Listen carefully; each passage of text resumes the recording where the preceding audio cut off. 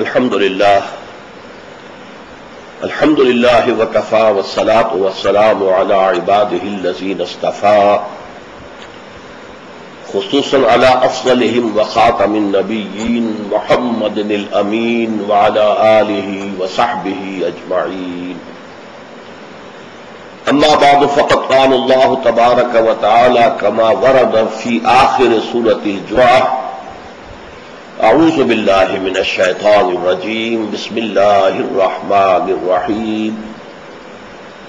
یا ایھا الذین آمنوا اذا نودی للصلاة من یوم الجمعة فاسعوا الى ذکر اللہ وذروا البیع ذالکم خیر لکم ان کنتم تعلمون. فَإِذَا قُضِيَتِ الصَّلَاةُ فَانتَشِرُوا فِي الْأَرْضِ وَابْتَغُوا مِنْ فَضْلِ اللَّهِ وَاذْكُرُوا اللَّهَ كَثِيرًا لَعَلَّكُمْ تُفْلِحُونَ.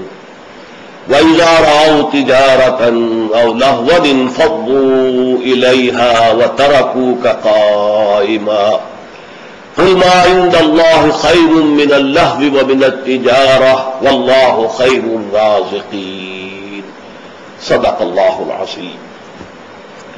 رب اشرح لي صدری ويسر لي امری واحلل عقدۃ من لسانی یفقهوا قولی. اللهم ربنا الہمنا رشدنا واعذنا من شرور انفسنا. اللهم ارنا الحق حقا وارزقنا اتباعه وارنا الباطل باطلا وارزقنا اجتنابه. آمین یا رب العالمین. سورہ جمعہ کا دوسرا رکوع جو 3 آیات پر مشتمل ہے، آپ نے اکثر و بیشتر اس کی سماعت کی ہوگی. جمعے کی نمازوں میں بھی اس کو پڑھا جاتا ہے، خطبات میں پڑھا جاتا ہے. یہ 3 آیات حکمت و احکام جمعہ کے موضوع پر نہایت جامع آیات ہیں. اہمیت جمعہ، حکم جمعہ، حکمت جمعہ، مقصد جمعہ، ان تمام امور کو ان 3 آیات نے اپنے احاطے میں لے لیا ہے. لیکن سب سے پہلا سوال یہ پیدا ہوتا ہے کہ اس کا جو سلسلہ مضمون سورہ جمعہ میں یا اس سے بھی قبل سورہ صف سے جاری ہے، اس سے کیا تعلق ہے؟ تو اس کو ذہن میں تازہ کریے کہ سورہ صف کا مرکزی مضمون کیا تھا؟ هو الذی ارسل رسولہ بالہدی ودین الحق لیظہرہ علی الدین کلہ. اللہ نے اپنے رسول محمد صلی اللہ علیہ وسلم کو القرآن، الہدی اور دین حق اسلام دے کر اس لیے بھیجا ہے کہ وہ اسے کل کے کل نظام زندگی پر غالب کرے. غلبہ دین کی جد و جہد ایک انقلابی جد و جہد کی متقاضی ہے. کسی نظام کو جڑ سے اکھیڑنا اور اس کی جگہ پر دوسرا نظام قائم کرنا، اسی کا نام انقلاب ہے.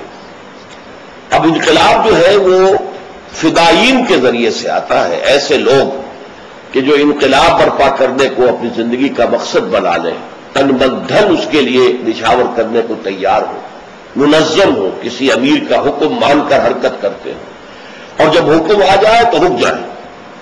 اگر یہ کیفیت جو ہے نہ موجود ہو اور جماعت جو ہے وہ ایک ہجوم کے مانند ہو، تب بھی انقلاب نہیں آ سکتا. علامہ اقبال نے جو کہا ہے کہ عید آزادہ شکوہ مومنی اور عید محکومہ ہجوم مومنی. ایک ہجوم ہوتا ہے اور ایک یہ ہے کہ ایک جماعت ہوتی ہے.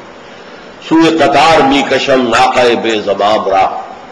یہ اونٹنیوں نے اپنی رسیاں توڑوا لی ہے، اب میں کوشش میں ہوں کہ یہ پھر ایک قطار کے اندر لگ جائیں اور اس کا ایک قافلہ بن جائے. اس کے لیے ضروری ہے ان لوگوں کو کہاں سے فراہم کیا جائے، کیسے فراہم کیا جائے جو جہاد اور قتال فی سبیل اللہ کے لیے زندگی وقف کر دیں. یہ موضوع ہے سورہ جمعہ کے پہلے رکوع کا. اس میں بنیادی طریقہ کار کیا ہے؟ هو الذی بعث فی الامیین رسولا منہم یتلو علیہم آیاتہ ویزکیہم ویعلمہم الکتاب والحکمہ. قرآن کے ذریعے سے سلیم الفطرت لوگوں کو کھینچ لینا، پھر قرآن ہی کی تعلیم و حکمت کے ذریعے سے ان کی تربیت کرنا، ان کا تزکیہ کرنا، پھر یہ کہ انہیں ایک نظم میں منسلک کرنا. یہ در حقیقت حضور صلی اللہ علیہ وسلم کا بنیادی طریقہ کار ہے.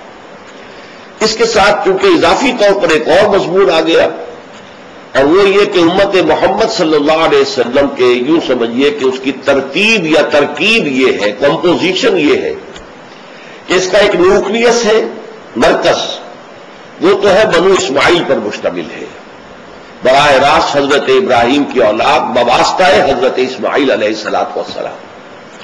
باقی دو اور اقوام جو ہے جن کی طرف حضور کی بعثت ہے، چونکہ آپ کی بعثت ہے پوری نوع انسانی کی طرف، تو دوسری اقوام بھی آئیں گی، تو جیسے الیکٹرانز ہوتے ہیں نیوکلیس کے گرد ایٹم کے سٹرکچر میں، ایسے ہی یہ دوسری قومیں جمع ہو جائیں گی، یہ اس کی ترتیب ہے۔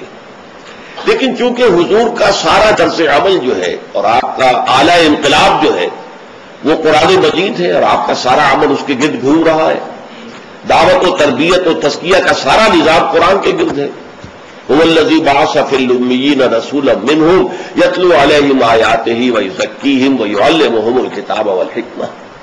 لہذا اس کتاب ہی کی جب اسلامی کوئی ریاست یا نظام قائم ہو جائے تو اس کتاب کی تعلیم کو مسلسل امت میں جاری رکھنا، تاکہ وہ تعلیم جو ہے عام ہوتی رہے، پھیلتی رہے، اس کو تازہ کیا جاتا رہے، اس کے لیے نظام جمعہ تجویز کیا گیا، ہفتے وار اجتماع۔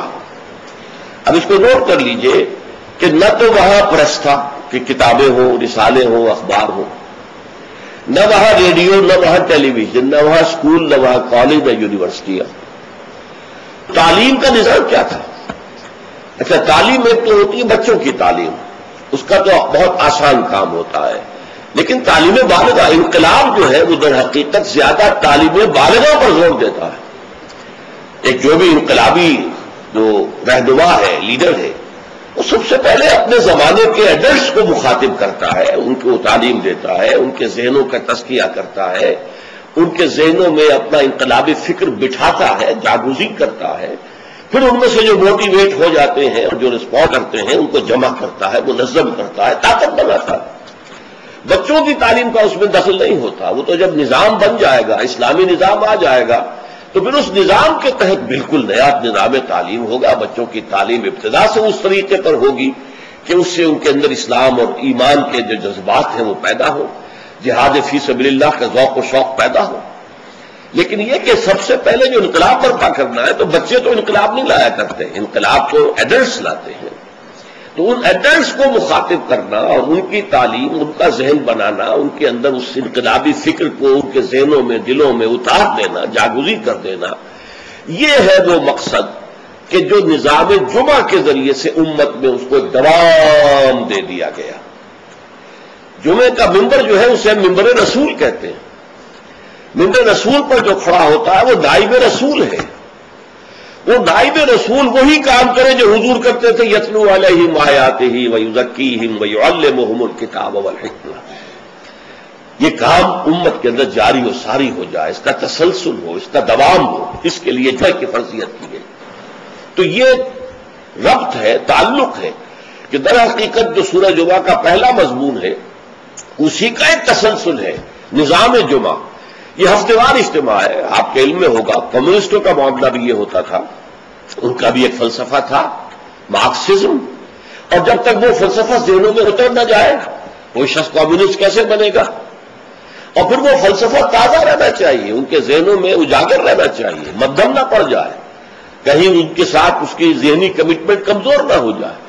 تو وہ اپنے ویکلی میٹنگز کرتے تھے، اس میں کیا کرتے تھے؟ اسی فلسفے کی تجدید، اسی کی اور گہرائیوں میں اترنا، تاکہ ذہنوں کے اندر وہ فلسفہ راسخ رہے۔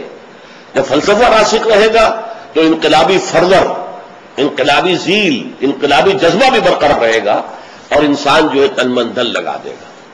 تو یہ ربط ہے سورہ جمعہ کے ساتھ احکام جمعہ کا، اور یہ تو واضح ہی ہے کہ در حقیقت اس سورہ مبارکہ کا نام ہی اس حکم جمعہ کے حوالے سے لیا گیا ہے۔ اچھا، اب اس میں حکم جمعہ کی اہمیت کیا ہے اس کو آپ سمجھیے۔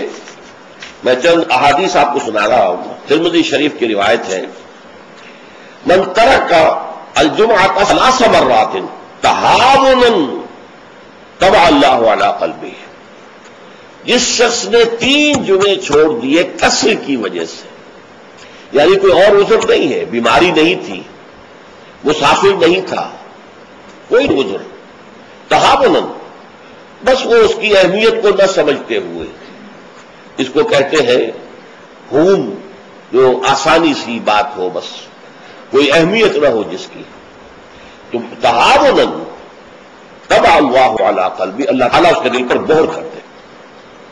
اور یہ مہر کر دینا وہ بدترین سزا ہے جو بدترین کافروں کو دنیا میں دی جاتی ہے.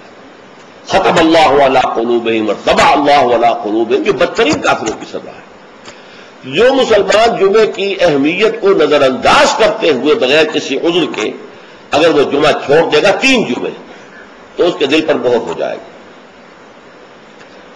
من ترک ثلاث جمع تہاونا بہا طبع اللہ علی قلبہ، پہلی روایت ترمذی کی تھی، یہ ابو داؤد اور نسائی کی ہے.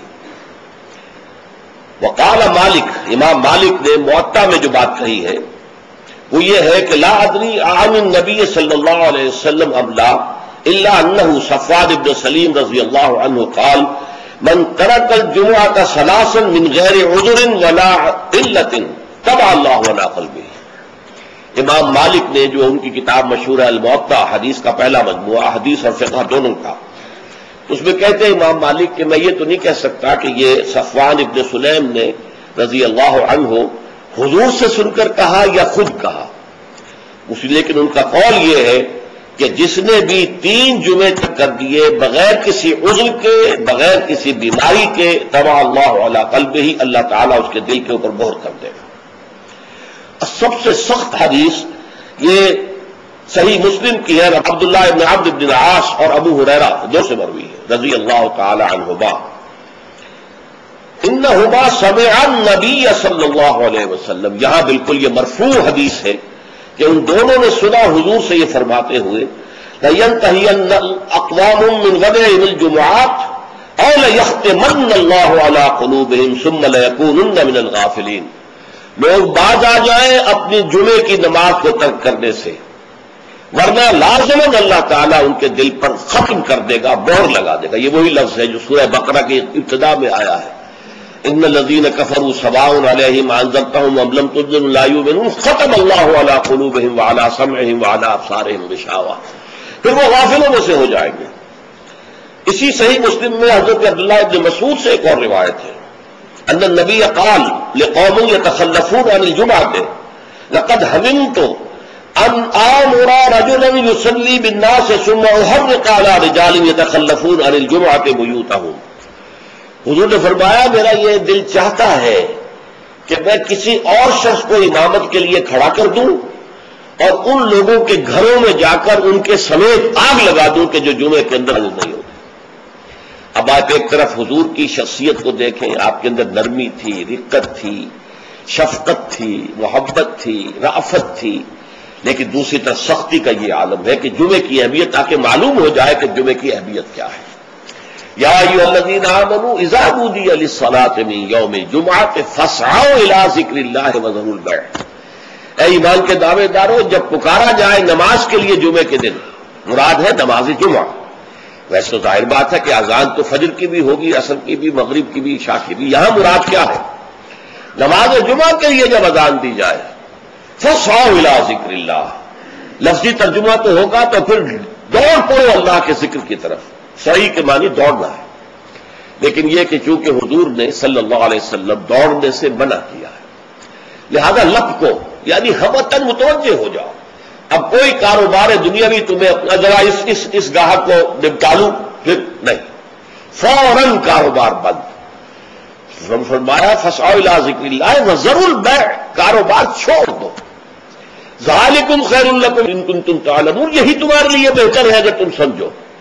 اب دیکھیے غور کیجئے اس میں کہ ہو سکتا ہے کوئی شخص، کوئی دکاندار بیچارہ صبح سے بیٹھا تھا، کوئی گاہک نہیں آیا، جس وقت گاہک دکان میں داخل ہوا اسی وقت اب اذان جمعہ کی آواز آ گئی. اب بڑے سخت امتحان میں ہے وہ، لیکن فرمایا گیا ذالکم خیر لکم.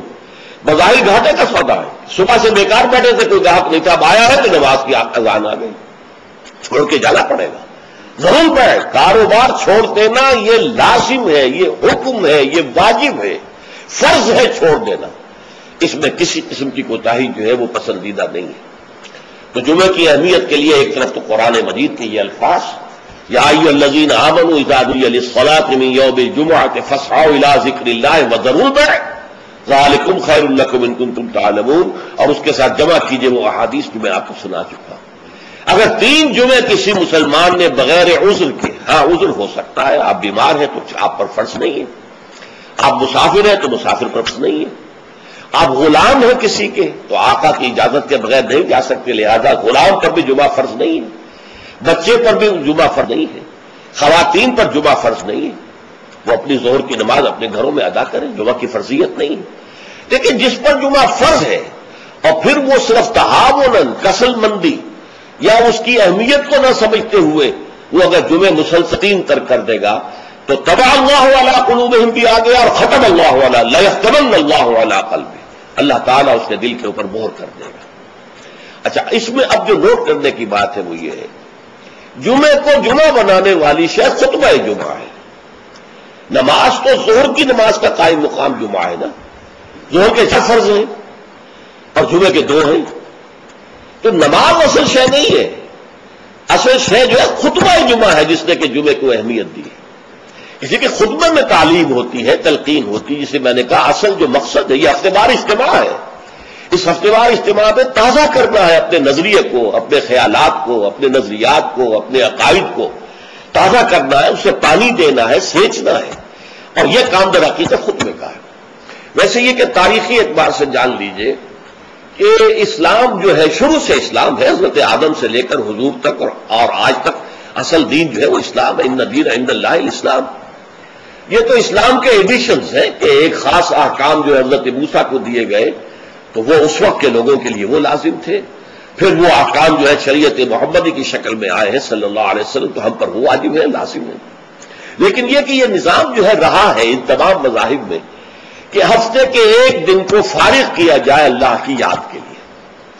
چنانچہ یہ حکم جمعہ ہی تھا کہ جو دیا گیا تھا امت موسوی کو علی نبی الصلاۃ والسلام، جمعے کا دن تھا، ہمیشہ سے جمعے ہی کا دن جو ہے وہ در حقیقت مقدس دن ہے، اور جمعے ہی کا دن ہے کہ جو ابتدائے آفرینش سے چلا آ رہا ہے اس کام کے لیے۔ لیکن یہودیوں نے اپنی جو بھی شر پسندی تھی ان کے اندر، ان کے مزاج میں جو بغاوت تھی، ان کا جمعے چھوڑو جی ہفتہ کرو، تو اللہ تعالیٰ نے بھی پھر ہفتہ ہی ان پر فرض کر دیا۔ اور ان کے ہاں یہ ہفتہ اتنا سخت تھا، جمعے کی مغرب کی نماز کے بعد سے لے کر اگلے ہفتے کی مغرب تک 24 گھنٹے کوئی کاروبار دنیاوی مطلقاً حرام تھا۔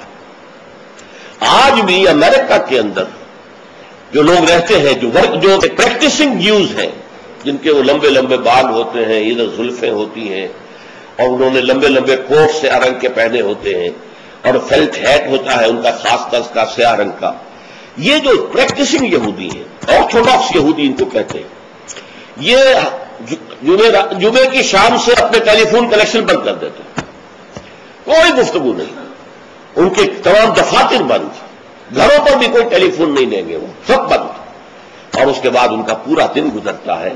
لیکن وہاں فرق یہ ہے کہ وہاں کوئی جماعت کا اہتمام نہیں تھا، اپنے اپنے طور پر اللہ کو یاد کرو، تورات پڑھتے رہو، جو بھی ان کی ہر شکل تھی نماز کی اس میں وقت گزارو، دنیاوی کاروبار جو ہے وہ کوئی نہیں ہوگا۔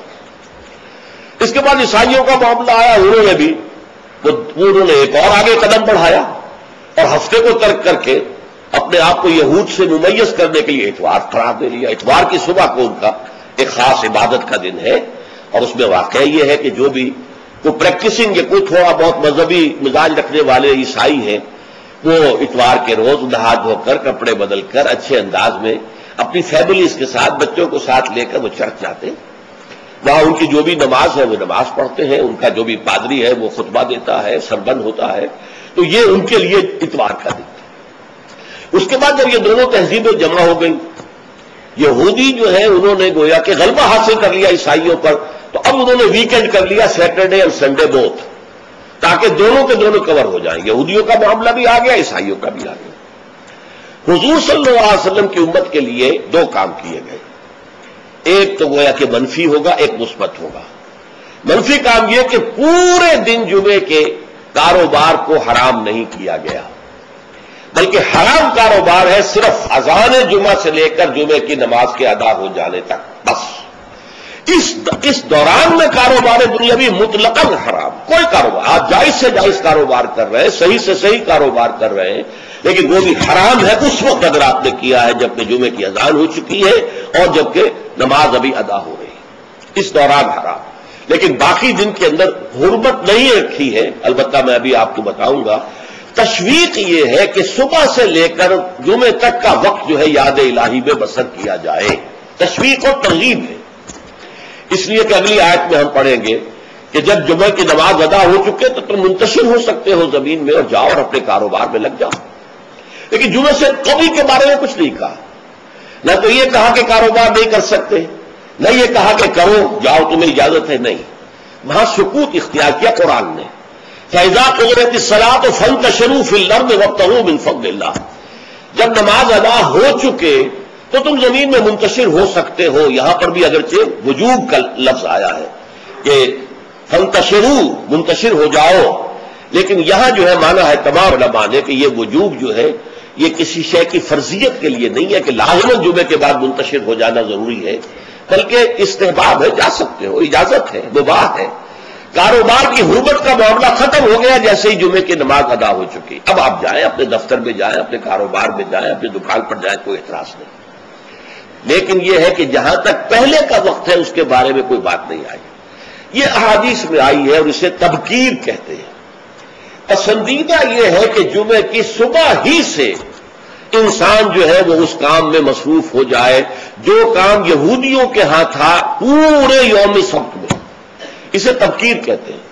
ایک حدیث موجود ہے حضور صلی اللہ علیہ وسلم کی تشویق کے ترجمے میں، حضرت مالک لائے ہیں اسے، ان مولا ابی بکر ابن عبد الرحمن ابن ابی صالح سمان عن ابی ہریرہ ان رسول اللہ صلی اللہ علیہ وسلم قال من اغتسل یوم الجمعہ غسل الجنابت، جس شخص نے جمعے کے روز غسل کیا، وہ جو کہ ناپاکی جنابت کی حالت میں غسل کیا جاتا ہے، کمپلیٹ غسل، اچھی طرح غسل، ثم راح فی الساعۃ الاولی، پھر جو شخص پہلی گھڑی میں پہنچ گیا مسجد میں، فکأنما قرب بدنۃ، تو ایسے ہے کہ جیسے اس نے ایک اونٹ قربان کیا اللہ کی راہ میں، صدقہ دیا۔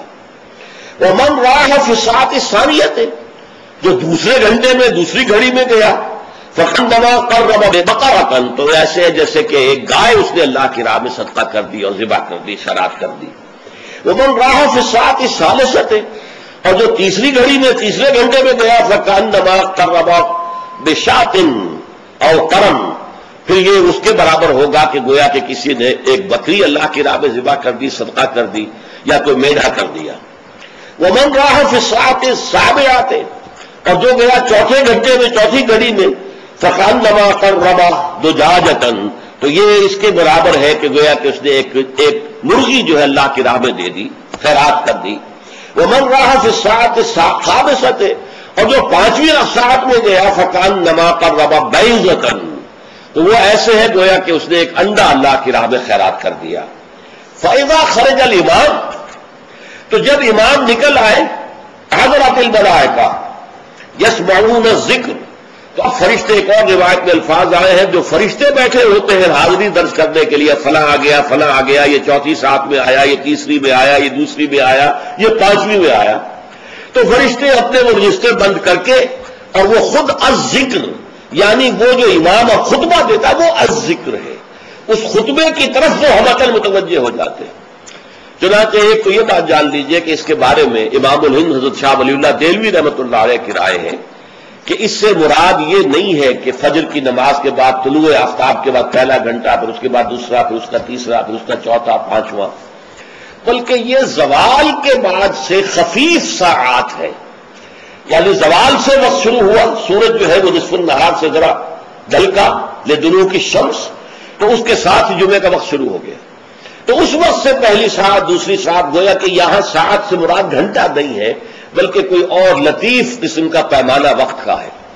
یہ شاہ ولی اللہ کی رائے ہے جو انہوں نے اپنی مصفہ میں بھی اور مصوع میں بھی، شاہ ولی اللہ کے نزدیک بڑی اہم کتاب جو ہے حدیث کی وہ موطا ہے، انہوں نے اس کی ایک شرح فارسی میں لکھی ہے اور ایک شرح عربی میں لکھی ہے، ان دونوں میں انہوں نے یہ رائے ظاہر کی، لیکن بہت سے علماء کی رائے ہے کہ نہیں، جو ہمارا ساعات کا نظام ہے اسی پر اس کو شمار کیا جائے گا.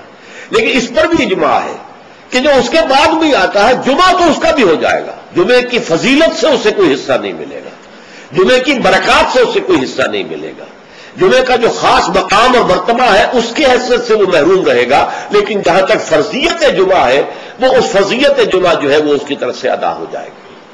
لیکن یہ منظر میں نے اپنی آنکھوں سے دیکھا ہے اپنے بچپن میں, اور وہ یہ سرسا ایک جگہ تھی, وہ تحصیل تھی ضلع حصار کی, وہاں میری بسم اللہ ہوئی, پھر وہ نورانی قاعدے سے ہماری تعلیم شروع ہوئی.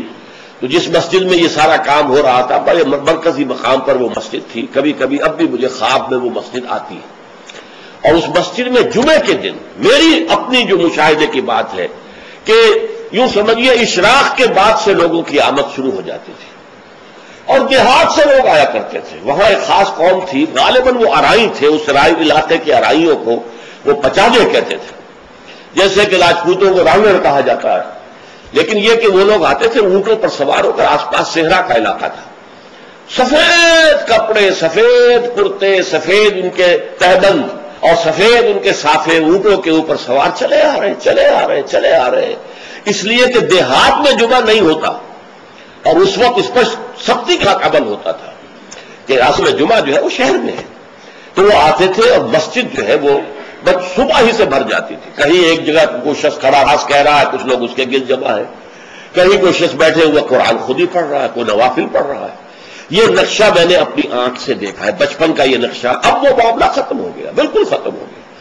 اب تو بھاگ دوڑ کر کے جو ہے وہ لوگ جمعے میں پہنچتے بھی اس وقت ہے جبکہ وہ عربی کا خطبہ شروع ہونے والا ہو, اس لیے کہ عام طور پر تقریروں کے اندر کوئی خاص مواد ہوتا نہیں ہے, یا فرقے واریت کی تبلیغ ہو رہی ہوتی ہے, یا سیاسی مسائل کے اوپر دھواں دار تقریریں ہوتی ہیں. لوگوں کو ان سے دلچسپی نہیں. تو فرض ادا کرنے کے لیے بس وہ جب خطبے کی اذان کا وقت ہوتا ہے تو اس وقت وہ پہنچ جاتے ہیں, نماز ادا ہوئی اور روانہ ہو گئے. اللہ اللہ خیر صلی اللہ. تو یہ اصل میں ابھی اس کو جاری رکھوں گا اگلی نشست میں کہ اصل اہمیت جو ہے جمعے کی وہ جمعے کے خطبے کی وجہ سے ہے. اور یہاں جو ذکر کہا گیا ہے وہ ذکر سے مراد, ویسے تو نماز بھی اللہ کے ذکر کے لیے ہے, اقیم الصلاۃ علی ذکری, لیکن یہ کہ اس حدیث میں اور اس آیت کے اندر جو ذکر ہے کہ فرمایا گیا فسعوا الی ذکر اللہ, وہ ذکر اللہ سے مراد در حقیقت خطبہ جمعہ ہے. بارک اللہ لی ولکم فی القرآن العظیم ونفعنی وإیاکم بالآیات والذکر الحکیم.